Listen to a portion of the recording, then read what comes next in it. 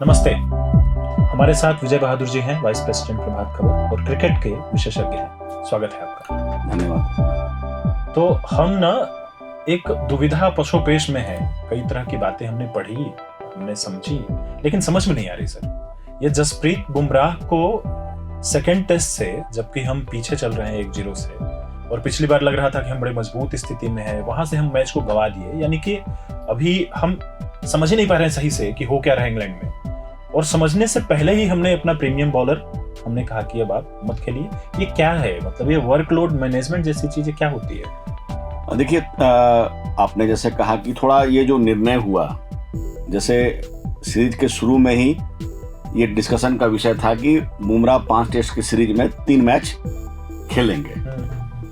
लेकिन आप सीरीज के दूसरे मैच में जब आप 1-0 से पीछे हैं और अब एक तर्क दिया जा रहा है कि तीसरा मैच चूंकि लॉर्ड्स में है तो बुमराह वहां खेलेंगे, इस मैच में बुमराह नहीं खेलेंगे, तो कुछ ये निर्णय अजीबोगरीब लगता है। कि देखिए, जैसे हम कहते हैं ना कि आपके पास फेरारी है, तो ये सही है कि जसप्रीत बुमराह जो है आपके फेरारी हैं, उनका इस्तेमाल जब जरूरत पड़े तब करना चाहिए। लेकिन ये बहुत ही क्रिटिकल सीरीज है। आप इस सीरीज को इस तरीके से देखिए कि ये रोहित और विराट के बाद की पहली सीरीज है। पूरी तरीके से लगभग नई टीम है। रविंद्र जडेजा और बुमराह को छोड़ दिए तो, और राहुल को छोड़ दीजिएगा तो कमोबेश पूरी टीम नहीं है। तो भारतीय टीम एक ट्रांजिशन के दौर से गुजर रही है और ऐसे समय में ये मेक और ब्रेक का समय है कि अपनी पूरी ताकत, क्योंकि अगर इस सीरीज में भारतीय टीम अच्छा कर जाती है तो निश्चित मानिए कि एक नए पटल पर एक नई भारत की टीम नजर आएगी। और वैसे समय में जब आपका प्रीमियम बॉलर इस प्रत्याशा में कि वो तीसरे मैच में खेलेगा, आप उसे दूसरे मैच में बैठा देते हैं पहले मैच के बाद 1-0 के आप जब पीछे हैं, ये बहुत ही अजीबोगरीब निर्णय लगता है। एक सर, मुझे ना ऑस्ट्रेलिया में विराट कोहली का दौर था, कोहली कप्तान थे, वो एक सीरीज याद आती है। उसमें रोहित शर्मा जाने में संभवतः देर हो गए थे ऑस्ट्रेलिया, और 1-2 मैच बाद उन्होंने ज्वाइन किया था। पूरा एक दौर था ऐसा जब ऐसा मालूम होता था कि रोहित शर्मा टीम के कैप्टन बनना चाहते हैं, लेकिन मैनेजमेंट उनको टीम का कैप्टन नहीं बनने दे रहा है। तो रोहित शर्मा कभी बीमार हो जाते थे, रोहित शर्मा कभी फ्लाइट छूट जाती थी, रोहित शर्मा के साथ ढेर सारी चीजें हो जाती थी। बाद के दिनों में उन्होंने लंबा खेला। हमने जसप्रीत बुमराह को बतौर टेस्ट कैप्टन भारतीय टीम में देखा है। कोई जद्दोजहद नजर आती है? क्योंकि बुमराह ने वर्कलोड मैनेजमेंट आईपीएल में नहीं किया। मतलब देखिए, आप अभी कुछ दिनों पहले मैंने देखा, जो पूर्व के ऑस्ट्रेलियन फास्ट बॉलर थे जॉनसन जो थे, उन्होंने कहा कि हेजलवुड को लेकर बहुत ही सख्त बयान दिया। उन्होंने कहा कि हेजलवुड जो है, जब गैप जो था सिंदूर प्रकरण के बाद, वो दोबारा इंडिया लौटे और उन्होंने मैच खेला आईपीएल में, तो उन्होंने बयान दिया कि आपको निर्णय करना चाहिए कि आपके लिए देश पहले है या क्लब क्रिकेट पहले है। तो यहीं पर सवाल आता है कि आप जब आईपीएल का समय होता है, क्लब क्रिकेट खेलने का टाइम आता है, तो आप उसमें अनफिट रहते हुए फिट नजर आने लगते हैं। और जब इंडियन क्रिकेट के लिए आपको खेलने का, और देखिए बुमराह बहुत बड़े खिलाड़ी हैं। आज के दौर में लोग बोल रहे हैं कि ऐसा गेंदबाज शायद बहुत ही कम, या 1-2 लोगों ने तो कहा कि इस तरह गेंदबाज आया ही नहीं। सही बात है। तो उनके कैलिबर पर किसी को शक नहीं है, लेकिन ये जरूर है कि आप जितने बड़े खिलाड़ी हैं, आपको लेकर एक्सपेक्टेशन उतना ही बड़ा होगा, क्योंकि आपने बेंचमार्क उस तरीके का बना दिया है। तो वैसे समय में बुमराह का इन एंड आउट, देखिए उनको एक्शन को लेकर इंजरीज इशू है, लेकिन इस पर्टिकुलर सीरीज में अगर आप देखेंगे तो मुझे लगता है कि देखिए वर्कलोड मैनेजमेंट करने की, अगर भारत 1-0 से आगे होता, 2-0 से आगे होता, वैसे समय में वर्कलोड मैनेजमेंट करते तो सही समझ में आता।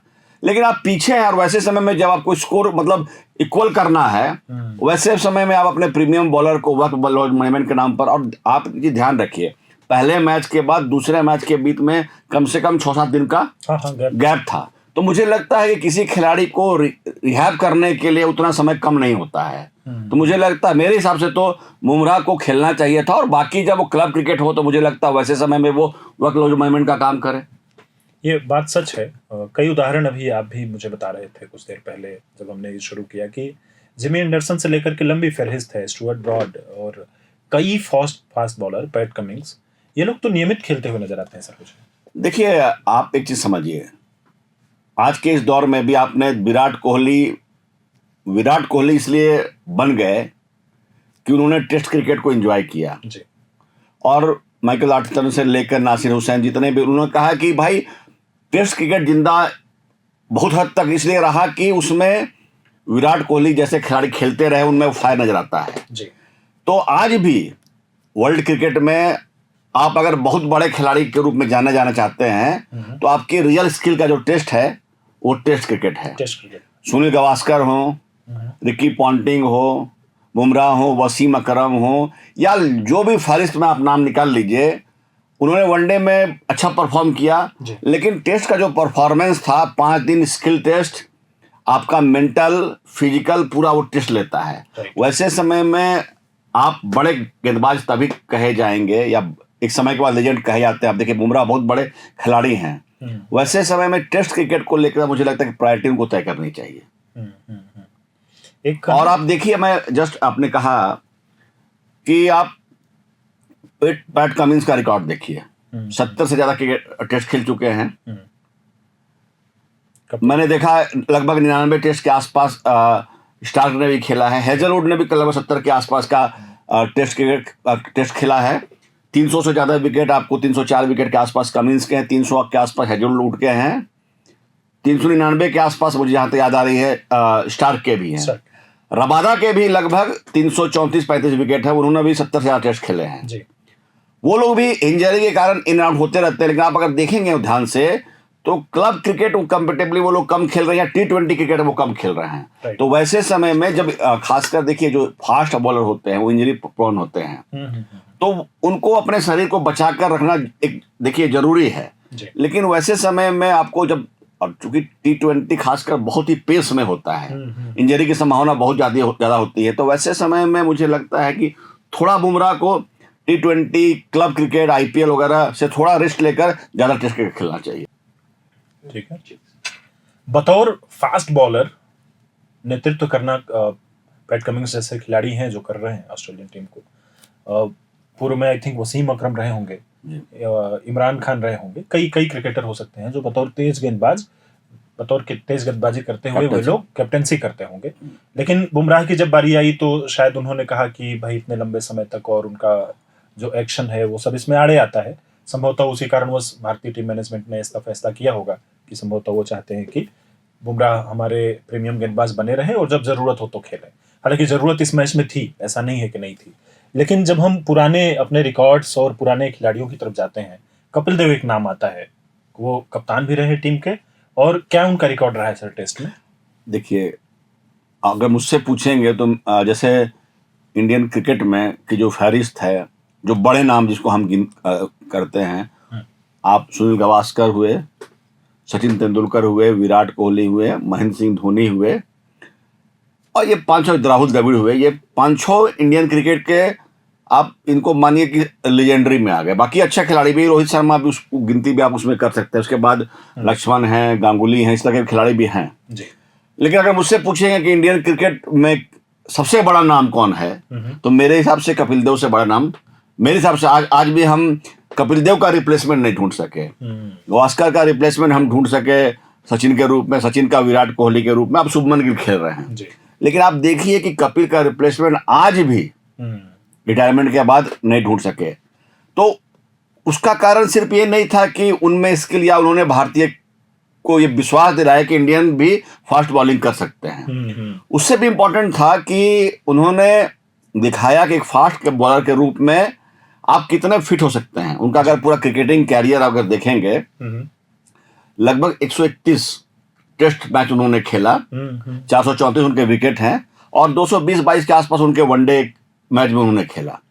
और आपको जानकर बहुत ही आप जानते भी होंगे कि 131 टेस्ट मैच में एक मैच उन्होंने वो नहीं खेले, बस एक मैच उनको ड्रॉप कर दिया गया। ऐसा नहीं कि वो खेलना नहीं चाहते थे। कोलकाता टेस्ट से पहले शायद दिल्ली के टेस्ट में गैर जिम्मेदाराना बल्लेबाजी के नाम पर उस समय गावस्कर कप्तान थे, उनको मैच में बिठा दिया गया। उसके बाद कोलकाता में जब मैच होने लगा तो पूरे कोलकाता में ये हंगामा मच गया, बोला कि नो कपिल नो टेस्ट। तो अगले बार अगले मैच में फिर उनको इंडियन टीम में शामिल किया गया। आप सोचिए कि खिलाड़ी 131 टेस्ट खेलता है और उसमें 64-65 के आसपास टेस्ट लगातार उसने खेला, एक मैच में गया और इन बिटवीन वो वनडे क्रिकेट भी खेलता रहा। और मुझे याद है, आप देखिए, कपिल के बारे में बताना चाहूंगा, उन्होंने 434 विकेट ही लिए, लेकिन आपको समझना पड़ेगा कि उन्होंने किस कंडीशंस में लिए। आप जिम एंडरसन ने 600-700 विकेट, 700 विकेट के आसपास उन्होंने लिया है, मैकग्राथ ने भी 600 से ऊपर विकेट लिए हैं, लेकिन उनकी जो उन्होंने जो विकेट लिया वो ऐसे कंडीशंस में लिया जो सीमिंग थी, जो फास्ट बाउंसिंग थी। और कपिल ने जो विकेट लिया वो ऐसा विकेट है जो फास्ट बॉलिंग के लिए जिसे कब्रगाह कहा जाता है। आप समझिए कि वो खिलाड़ी, मुझे याद है जब हम लोग क्रिकेट देखते थे तो दिन दिन भर, जैसे आप देखते हैं ना, एक एंड से स्पिनर बॉलिंग कर रहा है, पकड़ के रखा हुआ है जी। उसी तरह चूंकि कपिल का कोई रिप्लेसमेंट नहीं था, मैं देखता था कि दिन भर कपिल देव 30 ओवर 40 ओवर एक एक मैच में बॉलिंग करते थे। तो आप सोचिए इस लेवल का फिटनेस का लेवल था। तो कभी हाल में उन्होंने कहा कि भाई जब देश के लिए आप खेलते हैं तो आपको अपने आप को फिट रखना पड़ेगा और वर्क लोड मैनेजमेंट भी आपको सीखना पड़ेगा कि कैसे हम अपने आप को फिट रखें।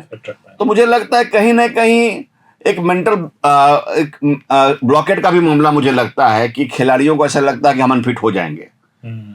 तो मुझे लगता है कि बाहर किसी देश में देखने की जगह मुझे लगता है हम अगर अपने कपिल देव को ही देखें, मुझे लगता है उससे बेहतरीन एग्जाम्पल क्रिकेट हिस्ट्री में मुझे तो नजर नहीं आता है। नहीं आता। और इस सब एग्जाम्पल से आई होप कि जो टीम मैनेजमेंट है वो देख रहा होगा।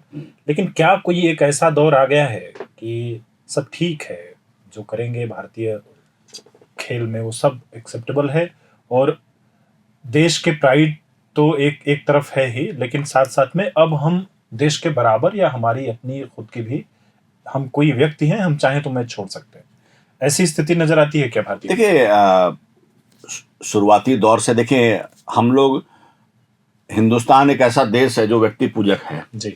और हम बहुत बार खेल से ज्यादा अपने जो आइकन हैं उनको मानने लगते हैं, उनकी हर बात हमें सही लगती है, वो चाहे गलत भी क्यों ना हो। तो ये हम इंडियंस की एक साइकोलॉजी है। और चूंकि क्रिकेट, और आप जानते हैं कि क्रिकेट आज इस देश में इतना बड़ा एक स्पोर्ट्स इवेंट है कि किसी भी क्रिकेटर के लिए अगर वो थोड़ा अच्छा खेलता है तो उससे बड़ा कोई सेलिब्रिटी आज के दिन में देश में नहीं है। तो वैसे समय में एक बार जब आपका नाम हो जाता है तो बहुत बार लगता है ऐसा कि भाई हम अपने हिसाब से चीजों को करेंगे। लेकिन मैंने महेंद्र सिंह धोनी का एक इंटरव्यू देखा था, उस इंटरव्यू में उन्होंने कहा कि आप सोशल मीडिया में यहाँ वहाँ क्यों नहीं हैं। उन्होंने कहा कि देखिए, सोशल मीडिया या जो इस तरह की चीजें हैं वो बाई प्रोडक्ट है। आप जब आपको लोग क्यों चाहते हैं, आपको क्यों फॉलो करते हैं, आपकी जो स्किल सेट है क्रिकेट के कारण आपको वो फॉलो करते हैं। तो आप अच्छा क्रिकेट जब खेलेंगे तो लोग आपको फॉलो करेंगे। लेकिन क्रिकेट से इतर जब देखिए, जब आप बहुत शीर्ष पर होते हैं ना, तो आपके गिरने की संभावना भी बहुत ज्यादा होती है। आप पृथ्वी शॉ का एग्जाम्पल आप देखिए, इसे लोग मानते थे कि ये सचिन तेंदुलकर की तरह का खिलाड़ी बन सकता है। आज उसकी स्थिति यह है कि मुंबई की टीम में उसे जगह नहीं मिल रही है। तो ये समझना पड़ेगा कि आज हम जो हैं वो अपने स्किल के कारण, अपने खेल के कारण है। और इस कंपटीशन के दौर में अगर आपको लगता है कि इनएविटेबल है, तो चूंकि भारत में क्रिकेट खेलने वालों की संख्या बहुत बड़ी है, तो आज आप हो सकता है कि बहुत बड़े सेलिब्रिटी हों, लेकिन अगर आपने उसको मेंटेन नहीं रखा तो पता लगा कि कल आप कहीं नहीं है, कहीं दिखाई नहीं देंगे। भारतीय जो तेज गेंदबाजी है उस पर एक टिप्पणी आपसे चाहूंगा। औसतन मुझे जो भारत के तेज गेंदबाज है वो अनफिट नजर आते हैं, कभी किसी को कोई इंजरी, कभी किसी को कोई इंजरी। जो बहुत तेज गेंदबाजी के लिए 2-4 नाम आए, जिनमें उमरान मलिक और ये आए, वो भी प्रसिद्ध कृष्णा हैं उनमें। और जसप्रीत बुमराह को हम नियमित, जब से इनका करियर है तब से हम पाते हैं कि ये किसी न किसी कारणवश कुछ मैचों से बाहर होते हैं। हालांकि बहुत लेजेंडरी बॉलर हैं, इसमें कोई दो राय नहीं है। लेकिन क्या भारत में तेज गेंदबाजों की जो तैयारी होनी चाहिए, जिस किस्म से उन्हें फिट रखना चाहिए और जो नियमितता एक चाहिए, रेगुलर वो खेलते रहे, उसकी तैयारी कराने में हमारा जो टीम मैनेजमेंट है, जो हमारा बोर्ड है, उस तरफ ध्यान नहीं दे रहा है? देखिए, मुझे ऐसा नहीं लगता है कि बोर्ड ध्यान नहीं दे रहा होगा, लेकिन कुछ ऐसी चीज है जिसके कारण हमारे जो फास्ट बॉलर है बहुत इंजरी प्रोन है। आप उमरान मलिक का आपने नाम लिया कि 155 की स्पीड से गेंदबाजी, मयंक यादव बीच में है, उनकी भी गेंदबाजी आप देखिए आज उनकी क्या स्थिति हो गई है। प्रसिद्ध कृष्णा को देखिए, जितना समय वो खेलता नहीं उससे ज्यादा बाहर रहता है। तो इस तरह के बहुत सारे नाम हैं हिंदुस्तान में जो अपने फिटनेस के कारण, मतलब मुझे लगता है कि वो या तो नहीं खेल पा रहे या उस समय से पहले वो टीम से बाहर जा रहे हैं या सीन से गायब हो जा रहे हैं। तो कहीं ना कहीं फिटनेस को लेकर भारतीय जो कोर टीम है या कोर कमेटी है उनको देखना पड़ेगा कि भारतीय जो तेज गेंदबाज हैं कैसे लंबे समय तक फिट रखें।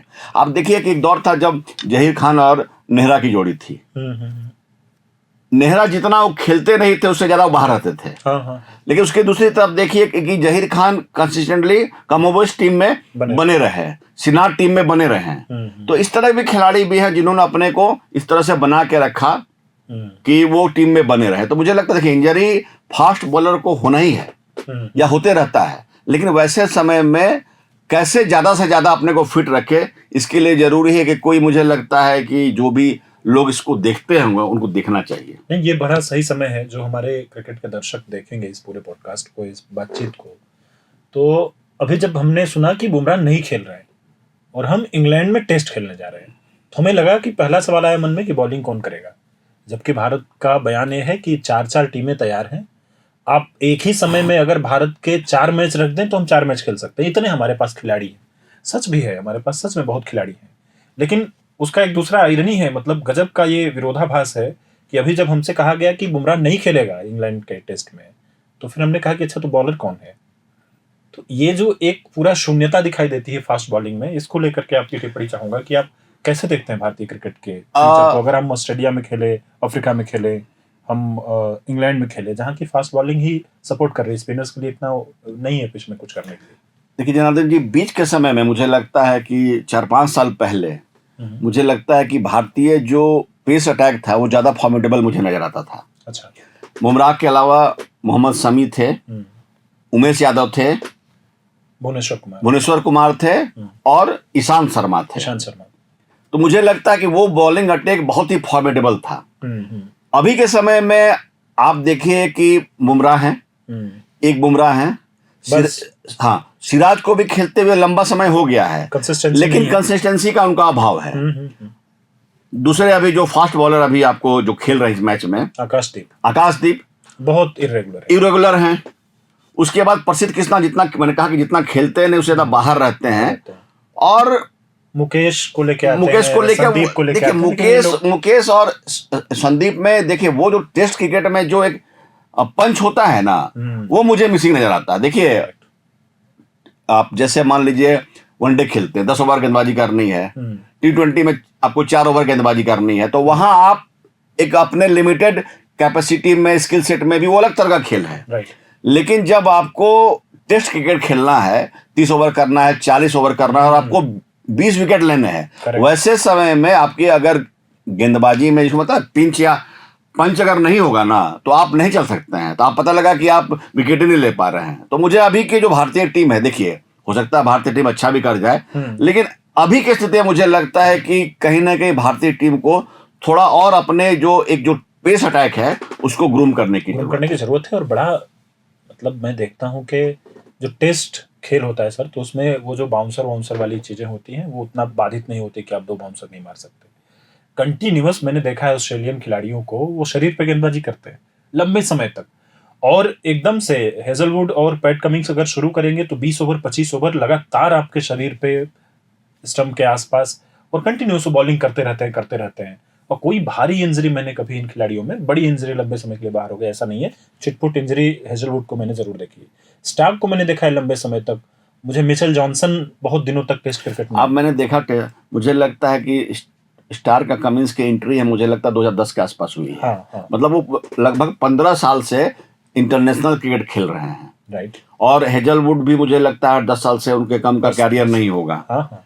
रबादा का कैरियर आप देखिए लंबे समय से चला आ रहा है। अब बुमराह का कैरियर मुझे लगता है 2016 के आसपास में उनकी एंट्री हुई है, तो 8-9 साल का उनका भी कैरियर हो गया है। और आप देखिए कि जिमी एंडरसन ने लगभग मुझे लगता है 20 साल स्टुअर्ट ब्रॉड एंडरसन की जोड़ी 20 साल से ज्यादा समय तक खेला। तो देखिए वो लोग कुछ ना कुछ ऐसा, देखिए हो सकता है कि एक जेनेटिकली भी इनबिल्ट होता है, लेकिन कुछ ना कुछ ऐसा उनका माइंडसेट है कि वो लंबे समय तक गेंदबाजी करते हैं, लंबे वर्षों तक वो खेलते रहते हैं। राइट। तो मुझे लगता है कि इंडियन टीम को वो स्किल सेटअप डेवलप करना पड़ेगा। नहीं, बल्कि इतने सारे सर हमने देखे, मैं याद करके बताता हूँ। अभी आईपीएल जब आता है तो हम पाते हैं कि कोई टी नटराजन 2 सीजन बहुत अच्छी बॉलिंग करते हैं और तीसरे सीजन में उनको कोई खरीदार नहीं मिलता है। नवदीप सैनी, उनको कोई खिलाड़ी नहीं मिलते हैं, कोई उनको मतलब आते ही नहीं है मुख्य धारा के बॉलिंग अटैक पे। हम देखते हैं कि अर्शदीप सिंह थोड़े समय तक लीग T20 वनडे के लिए जरूर खेल रहे हैं, टेस्ट क्रिकेट में वो उस तरह से नहीं खेल पाते हैं। हम पाते हैं कि कोई फास्ट बॉलर नीतीश कुमार रेड्डी आते हैं, लेकिन वो टेस्ट क्रिकेट को जिस तरह से अडॉप्ट करना है वो नहीं कर रहे हैं। तो भारत में कहीं ना कहीं, हालांकि पैसा भी बहुत ज्यादा है आईपीएल में, वो फैक्टर है, तो भारतीय जो तेज गेंदबाजी है वो अपने आप को 4 ओवर बॉलिंग करवाने के लिए तैयार करके रख रहे हैं। देखिए वो एक माइंडसेट, देखिए क्या हो गया है ना, आईपीएल ने क्रिकेट को अलग लेवल पे, पैसा है, इंटरटेनमेंट है, और ऐसा नहीं, उसमें एक फिटनेस का लेवल भी चाहिए, इंटरटेनमेंट क्वेश्चन भी उसमें है, ऐसा नहीं है, और स्किल सेट भी चाहिए। लेकिन व्हाइट बॉल क्रिकेट और रेड बॉल क्रिकेट एकदम अलग है। तो अगर आप बड़े नाम, जैसे बुमराह, आज मान के चलिए बुमराह आज बड़े नाम है जी।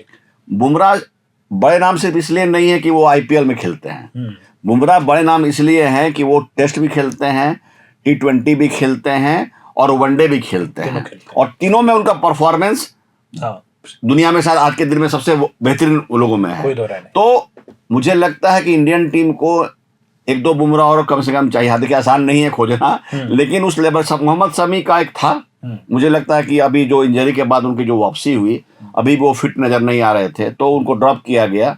तो मुझे लगता है इंडियन बॉलिंग अटैक को थोड़ा और बेहतर करने की, उसमें मुझे स्क्रैची लगता है। मुझे लगता है कि बॉलिंग अटैक में शायद वो धार नहीं है जो होना चाहिए। एक आखिरी सवाल, वर्कलोड मैनेजमेंट न केवल क्रिकेट में बल्कि जिंदगी में भी होता है, और किस तरह से ये पूरा जो एक टर्म है वर्कलोड मैनेजमेंट, मैं चाहता हूँ कि इसको थोड़ा सा डिफाइन आप कर दें कुछ एग्जांपल के साथ। देखिए डिपेंड करता है कि वर्कलोड मैनेजमेंट, देखिए हर इंसान के लिए अलग अलग है।